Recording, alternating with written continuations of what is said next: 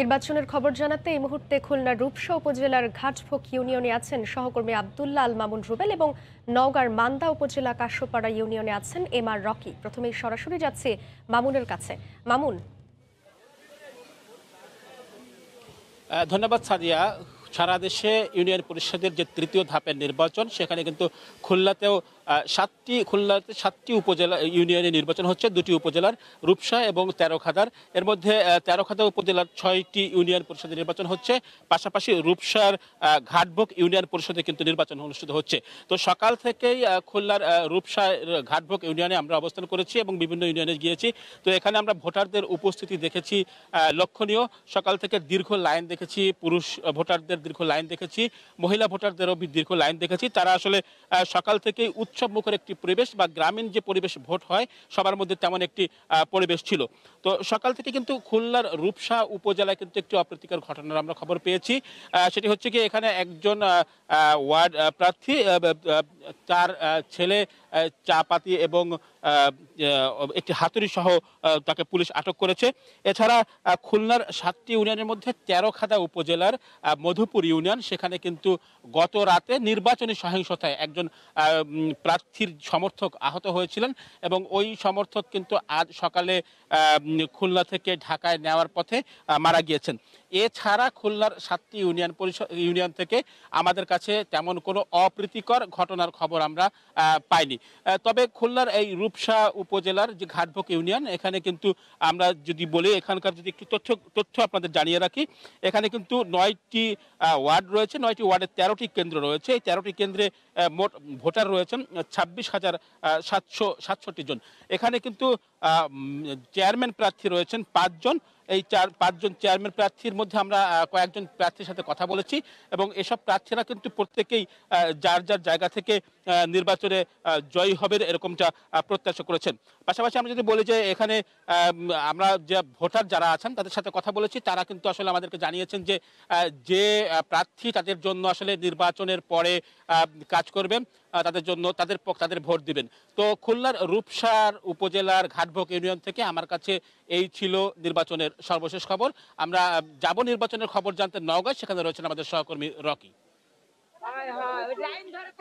ধন্যবাদ রুবেল। সকাল 8টায় ভোট গ্রহণ শুরু হওয়ার পর থেকে কিন্তু ভোটারের উপস্থিতি আমরা বেশ লক্ষ্য করছিলাম এবং বেলা বাড়ার সাথে কিন্তু ভোটারের, বিশেষ করে নারী ভোটারের উপস্থিতিটা এই কেন্দ্রগুলোতে ব্যাপক আমরা দেখতে পাচ্ছি। এবং সকাল 11টার দিকে কিন্তু নওগাঁর মান্দা উপজেলার কুলিহার নামক ভোট কেন্দ্রে নৌকা এবং স্বতন্ত্র প্রার্থী সমর্থকদের ভিতরে এক দফা ধাওয়া পাল্টা ধাওয়া এবং সংঘর্ষের ঘটনা ঘটে। এই সংঘর্ষে কিন্তু 5 জনের মতো আহত হয়েছে এবং পরবর্তীতে কিন্তু আইন শৃঙ্খলা বাহিনীর একটি কঠোর অবস্থান আমরা লক্ষ্য করছিলাম এবং আইন শৃঙ্খলা বাহিনী আসার পর পরিস্থিতিটা অনেকটাই এখন একটা শান্তিপূর্ণ বলা চলে।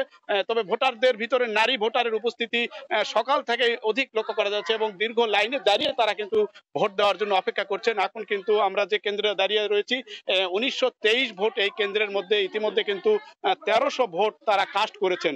তো সার্বিক যদি বলা চলে, ভোটারের উপস্থিতির কারণে ভোট দানের যে আগ্রহ এটা বেড়েছে। তবে আইন শৃঙ্খলা বাহিনীর উপস্থিতির কারণে কিন্তু ভোটারদের ভিতরে প্রথম দফায় যে সংখ্যাটা ছিল, পরবর্তীতে এই সংখ্যাটা কিন্তু কেটে গিয়ে এখন ভোটের কেন্দ্রে আসার প্রবণতা ব্যাপক লক্ষ্য করা যাচ্ছে। আরেকটি বিষয় জানিয়ে রাখি, এই দুই উপজেলা, বিশেষ করে নওগাঁর বদলগাছি এবং মান্দা উপজেলার 22টি ইউনিয়নে এই ভোট অনুষ্ঠিত হচ্ছে।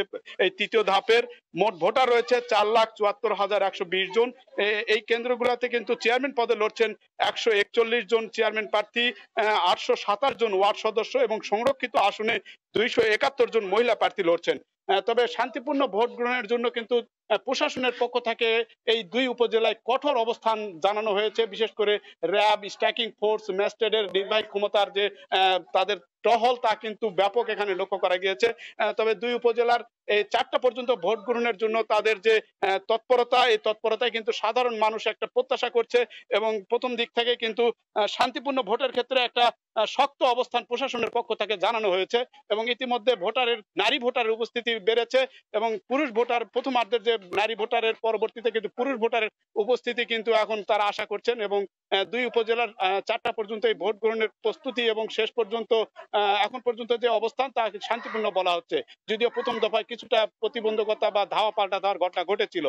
তো সাদিয়া, এই ছিল নওগাঁর মান্দার এই ভোট কেন্দ্রের সার্বিক খোঁজ খবর আমার কাছে।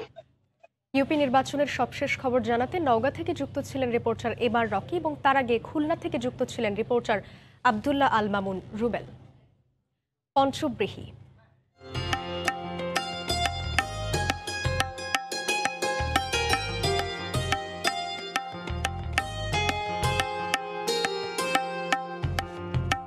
বছরের মধ্যে 5টা ফলন চলে আসবে, এটা আমি দেখার জন্য আসছি আর কি।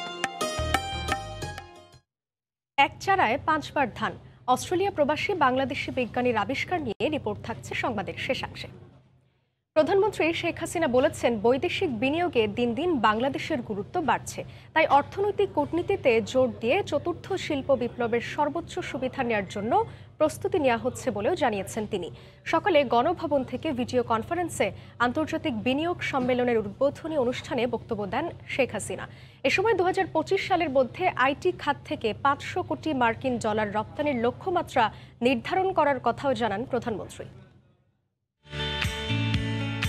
মাত্র কয়েক বছরের গল্প, এরই মধ্যে অবকাঠামো ও নীতিগত সুবিধায় দক্ষিণ এশিয়ায় শুধু নয়, বিনিয়োগ ও সম্ভাবনায় এখন পুরো এশিয়ার উদীয়মান এক বিস্ময়ের নাম বাংলাদেশ। ইলেকট্রনিক্স খাত, তথ্য প্রযুক্তি, ওষুধ শিল্প, কৃষিপণ্য ও খাদ্য প্রক্রিয়াজাতকরণ খাতে বাংলাদেশ এখন নতুন করে জেগে উঠছে বৈশ্বিক বাজারের তীব্র প্রতিযোগিতায়। উন্নয়ন প্রকল্পের সিরিজ বাস্তবায়নের ধারায় আগামী বছরেই পদ্মা সেতু সহ চালু হতে যাচ্ছে 4টি মেগা প্রকল্প। সম্ভাবনার এই দেশে বিদেশি বিনিয়োগ আকর্ষণে বিনিয়োগ উন্নয়ন কর্তৃপক্ষ বা বিডা আয়োজন করেছে 2 দিনব্যাপী আন্তর্জাতিক সম্মেলনের। হোটেল র্যাডিসনে আয়োজিত এই সম্মেলনে যোগ দিয়েছেন যুক্তরাষ্ট্র, যুক্তরাজ্য, জাপান, সৌদি আরব, ভারত সহ অন্তত 15টি দেশের ব্যবসায়ীরা। গণভবন থেকে ভিডিও কনফারেন্সে এর উদ্বোধন করেন প্রধানমন্ত্রী শেখ হাসিনা। শুভ উদ্বোধন ঘোষণা করছি। বিদেশি উদ্যোক্তাদের কাছে বদলে যাওয়া বাংলাদেশের বিভিন্ন সূচক তুলে ধরে বক্তব্য রাখেন সরকার প্রধান। উদার বিনিয়োগ নীতি এবং দক্ষিণ ও দক্ষিণ পূর্ব এশিয়ার বিশাল বাজারের মধ্যবর্তী ভৌগোলিক অবস্থানের জন্য বৈদেশিক বিনিয়োগের ক্ষেত্রে বাংলাদেশের গুরুত্ব দিন দিন বৃদ্ধি পাচ্ছে। আমরা অর্থনৈতিক কূটনীতিকে প্রাধান্য দিচ্ছি। আমরা বিনিয়োগ বান্ধব পরিবেশ সৃষ্টিতে অবকাঠামো সহ সকল নীতিগত সহায়তা প্রদানে অঙ্গীকারবদ্ধ। এ সময় আইটি খাতে দেশের নতুন লক্ষ্যমাত্রা তুলে ধরে সরকার প্রধান বলেন, চতুর্থ শিল্প বিপ্লবের যোগ্য করেই জনসম্পদ গড়ে তোলা হচ্ছে। অত্যাধুনিক প্রযুক্তি জ্ঞান সম্পন্ন দক্ষ জনসম্পদ সৃষ্টির মাধ্যমে চতুর্থ শিল্প বিপ্লব থেকে সর্বোচ্চ সুবিধা আহরণের প্রস্তুতি আমরা নিচ্ছি। 2025 সালের মধ্যে $5 বিলিয়ন আইটি পণ্য রপ্তানি করবার লক্ষ্য আমরা স্থির করেছি।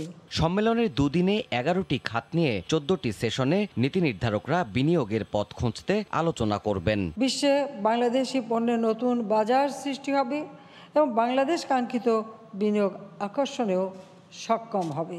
দেবাশিস রায়, সময় সংবাদ, ঢাকা। নগরবাসীর কাছে বাস রুট পুনর্বিন্যাসের প্রক্রিয়া 1 ডিসেম্বর চালুর কথা দিলেও শেষ পর্যন্ত কথা রাখতে পারলেন না ঢাকার 2 মেয়র।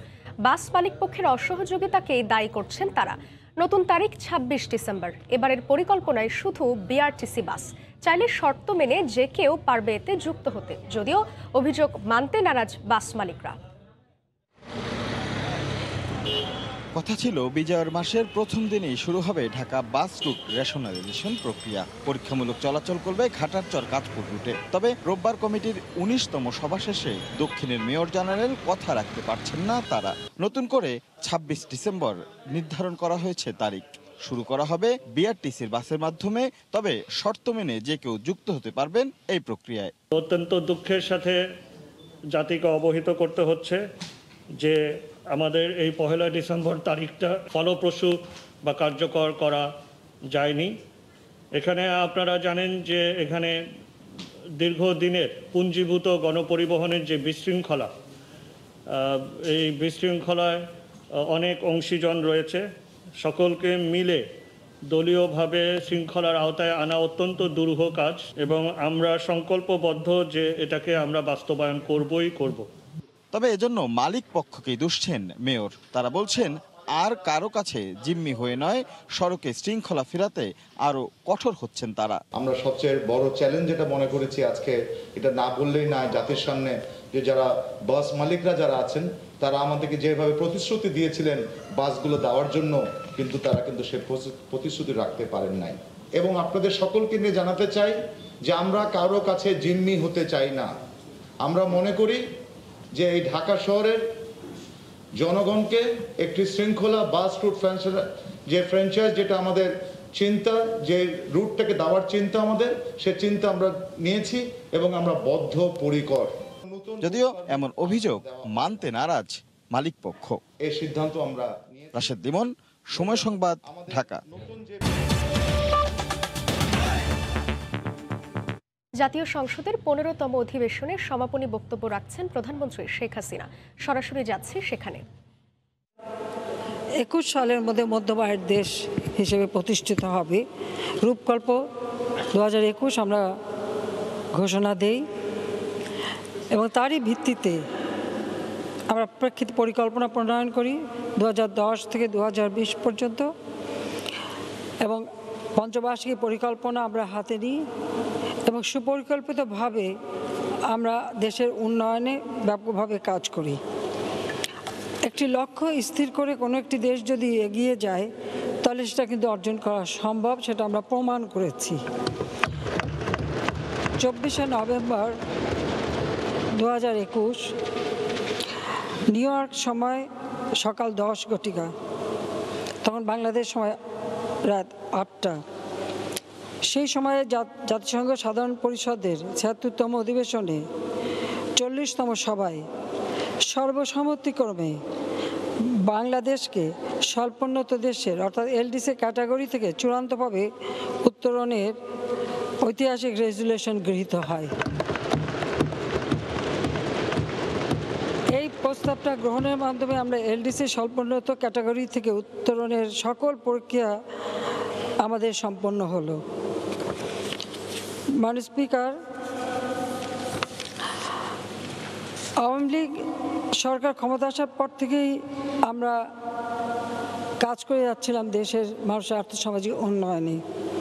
আজকে আমরা স্বল্পোন্নত দেশের থেকে উন্নয়নশীল দেশে আমাদের যে গ্র্যাজুয়েশন, এটা অত্যন্ত গুরুত্বপূর্ণ। তবে এটা খুব এত তাড়াতাড়ি হয়নি, এটাও মনে রাখতে হবে, কারণ আওয়ামী লীগ সরকার গঠনের পর থেকে আমরা 2009 সাল থেকে বিভিন্ন পরিকল্পনা যা নিয়েছি এবং তা বাস্তবায়ন করেছি। বাংলাদেশে দারিদ্র্য মুক্তি, বাংলাদেশের মানুষের আর্থসামাজিক উন্নতি, খাদ্যের স্বয়ংসম্পূর্ণতা অর্জন, বিদ্যুৎ উৎপাদন বৃদ্ধি, রাস্তাঘাটের উন্নয়ন, কর্মসংস্থানের ব্যবস্থা, বিভিন্ন কাজ আমরা করেছি এবং খুব পরিকল্পিতভাবে। এটা বলার অপেক্ষা রাখে না যে এই কাজ করতে যে আমরা খুব সহজভাবে করতে পেরেছি তা না। আমরা দেশের জনগণের জাতীয় জীবনের সার্বিক উন্নয়নের জন্য এই প্রচেষ্টা চালিয়েছি। কারণ বর্তমান আওয়ামী লীগ সরকারের নেতৃত্বে বাংলাদেশের জনগণের জাতীয় জীবনের এই যে গৌরবজনক যাত্রা শুরু হয়, আমরা 2018 সালে প্রথম জাতিসংঘের যে কমিটি, সে কমিটি হচ্ছে committee for development policy, CDP, বাংলাদেশকে স্বল্পোন্নত দেশের ক্যাটাগরি থেকে উত্তরণের জন্য সুপারিশ করে। কারণ আমরা জনগণের ভোটে যে নির্বাচিত হয়ে বারবার সরকারে আসতে পেরেছি, তার ফলে যে উন্নতি আমরা করতে পেরেছি, তারই ফসল হচ্ছে এই স্বীকৃতি। এবং বাংলাদেশ সর্বপ্রথম দেশ হিসেবে সিডিপি নির্ধারিত 3টা বিষয়ে গ্র্যাজুয়েশন মানদণ্ড অর্জন করে। এই 3টি বিষয় হলো: 1, GNI পার capital; 2, economic vulnerability index EVI; এবং হিউম্যান অ্যাসেটস ইন্ডেক্স HAI। প্রত্যেকটা ক্যাটাগরিতে বাংলাদেশ তাদের যে মানদণ্ড ছিল সে মানদণ্ড থেকে অনেক বেশি আমরা অর্জন করতে সক্ষম হই। জাতিসংঘের নিয়ম অনুযায়ী স্বল্পোন্নত দেশের অর্থাৎ এলডিসি ক্যাটাগরি থেকে উত্তরণের জন্য পরপর দুবার সিডিপি ত্রিবার্ষিক পর্যালোচনা করে। এই পর্যালোচনায়ও বাংলাদেশ কিন্তু আমাদের অর্জিত মানদণ্ড আমরা ধরে রাখতে সক্ষম হই। যে সকল মানদণ্ড 2021 সালের ফেব্রুয়ারি মাসে বাংলাদেশের গ্রাজুয়েশনের বিষয়টি পুনরায় বিশ্লেষণ করে এবং সিডিপি কর্তৃক পুনরায় বাংলাদেশ এই গ্রাজুয়েশনে বিবেচিত হয়। যদিও কোভিড-19 মহামারী অতিমারী প্রকোপ বাংলাদেশে কেন সারা বিশ্বেই অর্থনীতিকে মন্দা করে ফেলে, সারা বিশ্বব্যাপী এই ধরনের মন্দা দেখা দেয় এবং বাংলাদেশেও তা সত্ত্বেও কিন্তু আমরা আমাদের এই অর্জনগুলি ধরে রাখি এবং এই মানদণ্ড আমরা ধরে রাখি এবং ক্ষেত্রবিশেষে উন্নত করি। অর্থাৎ যতগুলি বিষয় মানদণ্ড হিসেবে বিবেচিত তা অতিক্রম করতে বাংলাদেশ সক্ষম হয় এবং অগ্রযাত্রা অব্যাহত রাখে। জাতিসংঘের ইকোনমিক ও সোশ্যাল কাউন্সিল ইকোসক, এই ইকোসকের নিকট সিডিপি বাংলাদেশকে স্বল্পোন্নত অর্থাৎ এলডিসি দেশের ক্যাটাগরি থেকে উত্তরণের জন্য সুপারিশ করে। জাতিসংঘের ইকোনমিক ও সোশ্যাল কাউন্সিল ইকোসক 2021 সালের জুন মাসে সিডিপি এর সুপারিশ গ্রহণ করে। এই পরিপ্রেক্ষিতে জাতিসংঘের সাধারণ পরিষদে তা পেশ করে। 2021 24শে নভেম্বর জাতিসংঘের সাধারণ পরিষদ এই প্রস্তাব বা রেজুলেশনটি আলোচনা করে এবং সর্বসম্মতিক্রমে এই রেজুলেশনটা পাস হয়।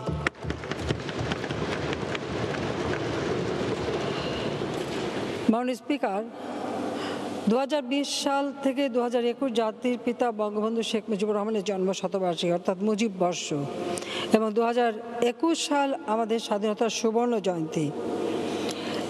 এই সময় এই অর্জন এটা আমাদের জন্য অনেক গৌরবের, কারণ জাতির পিতার জন্ম শতবার্ষিকী আর স্বাধীনতার সুবর্ণ জয়ন্তী এই সময় যখন আমরা উদযাপন করছি সেই সময় এই যুগান্তকারী অর্জন বাংলাদেশ পায়। বাঙালি জাতির জন্য একটা বিরল সম্মান অর্জন, বিশ্বসভায় বাঙালি জাতি ও বাংলাদেশের জন্য একটা অনন্য উত্তরণ। 2008 সালের নির্বাচনী ইশতেহারে আওয়ামী লীগ ঘোষিত রূপকল্প 21 এবং এরই আলোকে আমরা যে পরিকল্পনাগুলি পরপর নিয়েছি সেই সময় প্রকৃতপক্ষে অনেকে এটা ধারণাই করতে পারেননি যে বাংলাদেশে এই ধরনের উত্তরণ ঘটতে পারে, কিন্তু সুনির্দিষ্ট লক্ষ্য নিয়ে পরিকল্পিতভাবে আমরা এগিয়েছি বলেই এটা সম্ভব হয়েছে। কারণ আমরা যেমন প্রেক্ষিত পরিকল্পনা প্রণয়ন করেছি, তাছাড়া আমরা পঞ্চবার্ষিকী পরিকল্পনা অর্থাৎ ষষ্ঠ, সপ্তম এমনকি অষ্টম পঞ্চবার্ষিকী পরিকল্পনা এখন আমরা প্রণয়ন করে বাস্তবায়ন করছি। অর্থাৎ জাতীয় সংসদের 15তম অধিবেশনে সমাপনী বক্তব্য রাখছেন প্রধানমন্ত্রী শেখ হাসিনা। আমরা এতক্ষণ সরাসরি ছিলাম সেখানে। নদীর তলদেশ দিয়ে সাবমেরিন কেবলের মাধ্যমে সিরাজগঞ্জের যমুনার দুর্গম চরাঞ্চলের 9টি ইউনিয়নে পৌঁছে গেছে বিদ্যুৎ। এতে জাতীয় গ্রিড থেকে সরাসরি বিদ্যুৎ পাচ্ছে পিছিয়ে পড়া চরের মানুষ। হচ্ছে জীবনযাত্রার মান উন্নয়নের পাশাপাশি আর্থসামাজিক অবস্থার উন্নতি। আগামী জানুয়ারির মধ্যে চরের শতভাগ মানুষকে বিদ্যুতের আওতায় আনা হবে বলে জানিয়েছেন সংশ্লিষ্টরা। রিঙ্কু কুঞ্জুর রিপোর্ট, ছবি তুলেছেন অমৃত সেন।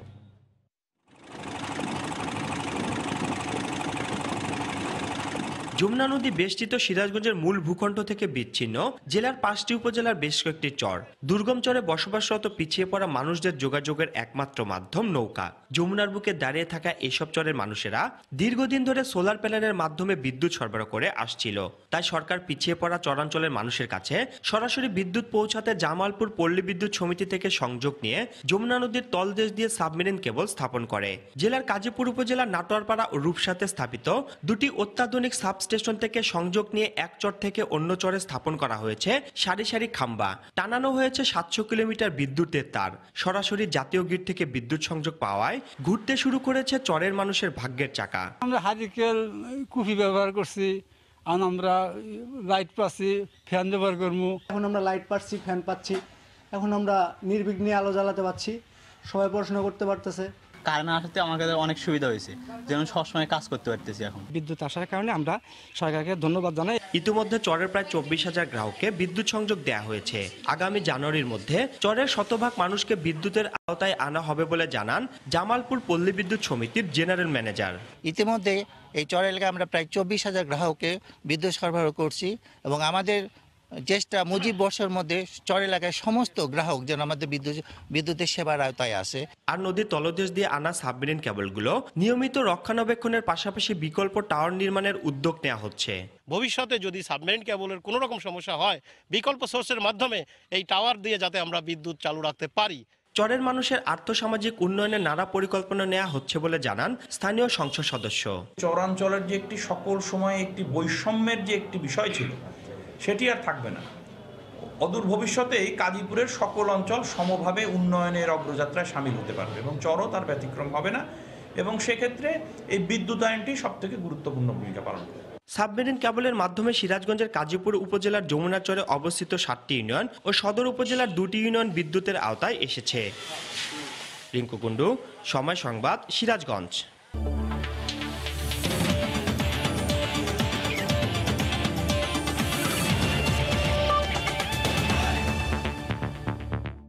চট্টগ্রাম টেস্টের খবর।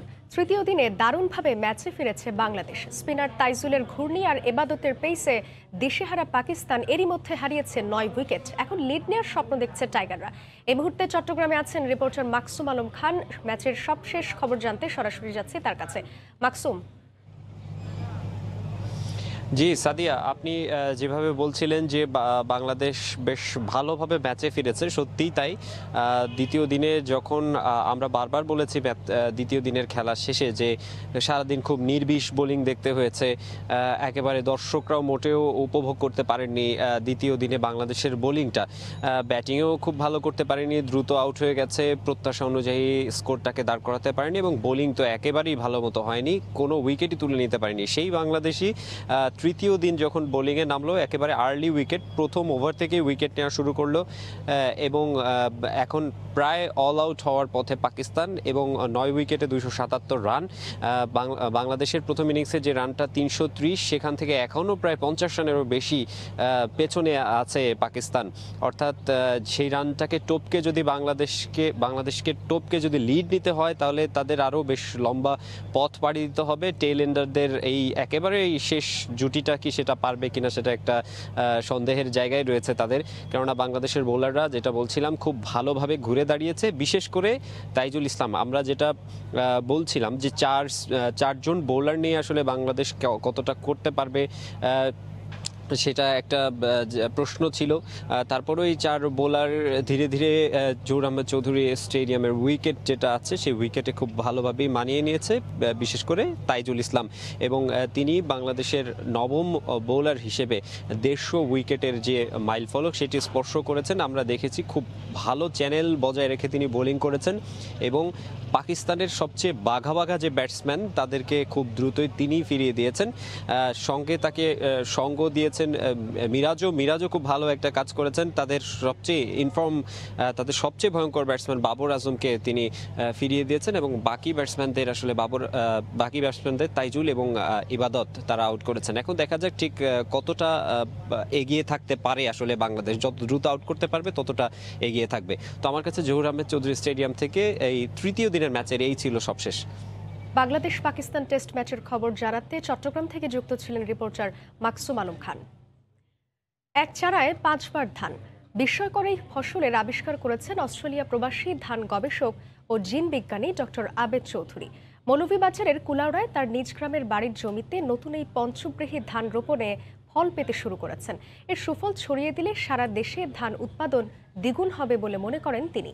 ইকরামুল কবিরের রিপোর্টে বিস্তারিত, ছবি তুলেছেন দিগেন সিংহ। একবার ধান লাগিয়ে 5 বার ফলন পাওয়ার মতো তাক লাগানো গবেষণায় তোলপাড় এখন কৃষিতে। বড় মৌসুমে প্রথমে এই ধান লাগানো হয়, 110 দিন পর এই ধান পাকার পর 35 সেন্টিমিটার রেখে ধান কাটা হয়, তারপর 45 দিন পর পর ধান কাটা হবে। প্রথমবারের চেয়ে অন্যবারের উৎপাদন কম হলেও সব মিলে ফলন হবে 5 গুণ। আগামীতে এই ধানটাকে আমি সারা বাংলাদেশে ছড়িয়ে দেব এবং বাংলাদেশের অত্যন্ত সাধারণ মানুষ, দরিদ্র কৃষকেরা এই ডিসকভারি থেকে, এই ইনোভেশন থেকে, এই আবিষ্কার থেকে উপকৃত হবেন। জমিতে পানির জন্য বসানো হচ্ছে নলকূপ। পঞ্চব্রীহি ধানের জমির আশপাশের জমিতে ডক্টর আবেদের আবিষ্কৃত নতুন জাত আসামি ও নি ধান পেকে আছে। এক চারাতে এবং কি 1 বছরের মধ্যে 5টা ফলন চলে আসবে, এটা আমি দেখার জন্য আসছি আর কি। ধান একবার কাটা হয়েছে, আরবার খাতবা, এখন তারা পানি দের, ঔষধ দের। দেশের কৃষিবিদরা নতুন উদ্ভাবনকে স্বাগত জানিয়ে বলেন, এই ধান সংযোজন করা গেলে সম্প্রসারণে কৃষি বিভাগ সহযোগিতা করবে। 1 বছর যে প্রোডাকশন আমি একটা জমি থেকে পেতে পারি শস্যের নিবিড়তার মাধ্যমে 2টা বা 3টা ফসল করে, সেটার সমান বা তার চেয়ে বেশি হতে হবে। একবার বোরো, 2বার আউশ এবং 2বার আমন ধান উৎপাদন হয় একবারই লাগানো ধান থেকে। এই জমিতে প্রথমবার ধান লাগানোর পর একবার ধান কাটা হয়ে গিয়েছিল, এবার দ্বিতীয় ফসল এসেছে। এইভাবে 5 বার এই জমি থেকে ধান কাটা হবে, এমনটাই দাবি বিজ্ঞানী আবেদ চৌধুরীর। মৌলভীবাজারের কুলাউড়ার কানিহাটি এলাকা থেকে ইকরামুল কবির, সময় সংবাদ। এই ছিল দুপুরের সময়, সঙ্গে থাকুন সময়ের।